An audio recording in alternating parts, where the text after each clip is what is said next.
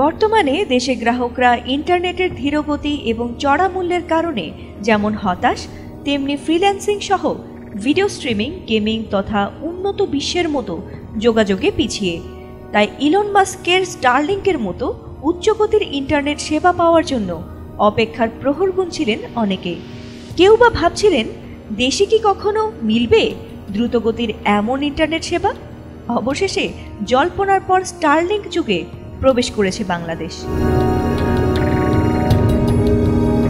দেশে অফিসিয়ালি এবার যাত্রা শুরু করেছে স্যাটেলাইট ভিত্তিক ইন্টারনেট সেবা প্রদানকারী প্রতিষ্ঠান স্টারলিংক। দুটি প্যাকেজ দিয়ে এ যাত্রা শুরু করেছে স্টারলিংক। প্যাকেজ দুটি হল স্টারলিংক রেসিডেন্স এবং রেসিডেন্স লাইট। মঙ্গলবার সামাজিক যোগাযোগ মাধ্যম ফেসবুকে এক পোস্টে প্রধান উপদেষ্টার বিশেষ সহকারী প্রকৌশলী ও প্রযুক্তিবিদ ফাইজ গায়েব আহমেদ বিষয়টি নিশ্চিত করেছেন। তিনি লেখেন, স্টারলিংকের সেবা দুটি প্যাকেজ দিয়ে শুরু করেছে, স্টারলিংক রেসিডেন্স এবং রেসিডেন্স লাইট। একটিতে ৬,০০০ টাকা এবং অপরটিতে ৪,২০০ টাকা খরচ হবে। তবে সেটআপ যন্ত্রপাতির জন্য ৪৭,০০০ টাকা এককালীন খরচ হবে। এখানে কোনো স্পিড ও ডাটা লিমিট নেই।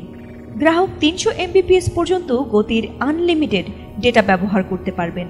তিনি আরও লেখেন, বাংলাদেশের গ্রাহকরা আজ থেকেই অর্ডার করতে পারবেন।